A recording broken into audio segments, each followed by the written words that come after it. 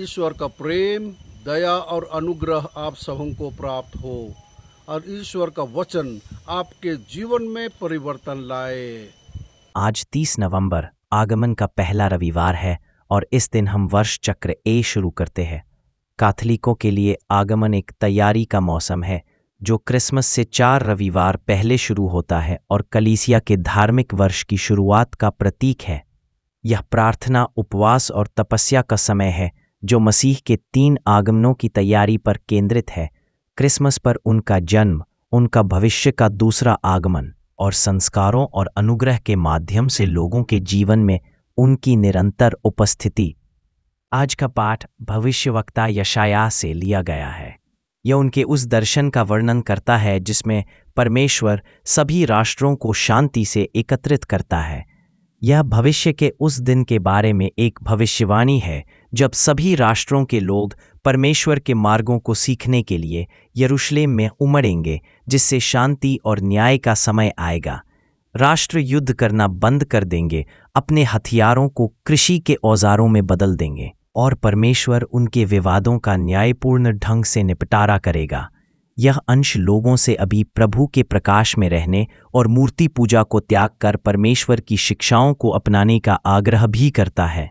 दूसरा पाठ संत पौलुस द्वारा रोमियो को लिखे गए पत्र से लिया गया है। इसमें कहा गया है कि तैयार रहो क्योंकि उद्धार निकट है।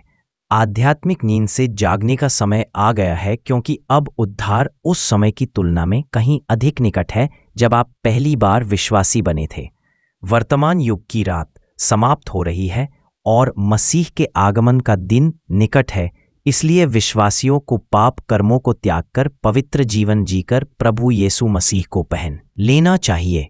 इसका अर्थ है ईमानदारी और निष्ठा के साथ धार्मिकता से जीवन जीना, नशे, अशुद्धता और ईर्ष्या जैसे दुर्गुणों से दूर रहना और अंधकार के बजाय प्रकाश के लोगों की तरह व्यवहार करना।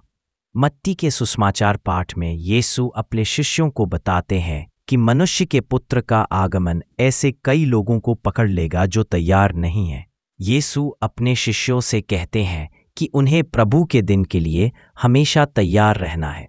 सुसमाचार पाठ नूह के समय के उदाहरण का उपयोग करके मसीह की वापसी के लिए तैयार रहने के महत्व पर जोर देता है, जिसका आगमन अचानक होगा। जिस तरह नूह के दिनों में लोग रोजमर्रा की जिंदगी में व्यस्त थे और आने वाले जल प्रलय से अनजान थे, उसी तरह भविष्य में भी लोग मनुष्य के पुत्र के आगमन से आश्चर्यचकित होंगे। इसलिए विश्वासियों से आग्रह किया जाता है कि वे जागते रहें और सतर्क रहें, क्योंकि उनके आगमन का सही समय ज्ञात नहीं है और न्याय के क्षण में एक को ले जाया जाएगा जबकि दूसरे को पीछे छोड़ दिया जाएगा। आज मत्ती के सुसमाचार से मुख्य शिक्षा यह है कि विश्वासियों को यीशु के आगमन के लिए तैयार रहना चाहिए, क्योंकि समय अज्ञात है, जैसे रात में चोर का आना।